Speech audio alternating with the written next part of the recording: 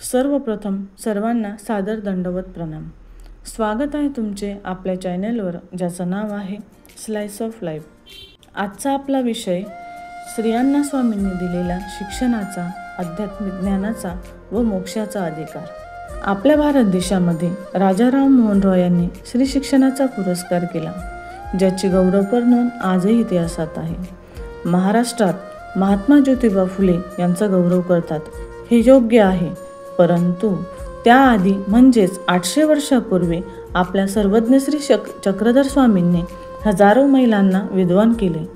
त्यातून आपल्या आद्य कवयित्री महदंबा, उमाईसा, मायाबाई, कमळाईसा, हिराईसा आदी अनेक विद्वान साहित्यिक स्त्रियांची नावे घेता येतील, ज्यांनी अनेक ग्रंथांची निर्मिती केली। एक वेळ राजाचे अधिकारी सारंग पंडित आपल्या स्वामींच्या दर्शनाला आले, तेव्हा स्वामी स्त्रियांना निरूपण करत होते। स्त्रियांना असे निरूप ऐकताना पाहून ते म्हणाले, यांना ज्ञान कशाला पाहिजे? त्यांना तेलंग देशात नेऊन कोदू धान्य कांडायला लावावे।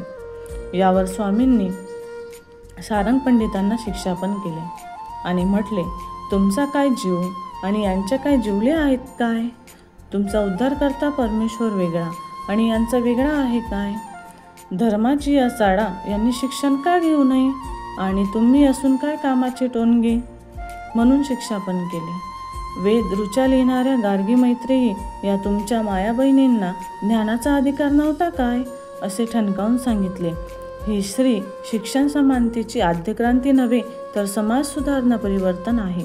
तसेच स्त्रियांना धर्माचा, मोक्षाचा अधिकार नाकारलेला असताना स्वामींनी स्त्रियांना धर्माचे धडे दिले। स्त्रियांसाठी मोक्षाची दारे खुले करून संन्यासास मोक्षाचा अधिकार दिले। सर्व क्षेत्रांमध्ये समानता आणली, स्त्री पुरुष समानता आणली व स्त्रियांना शिक्षणाचा, आध्यात्मिक ज्ञानाचा व मोक्षाचा अधिकार मिळवून दिला।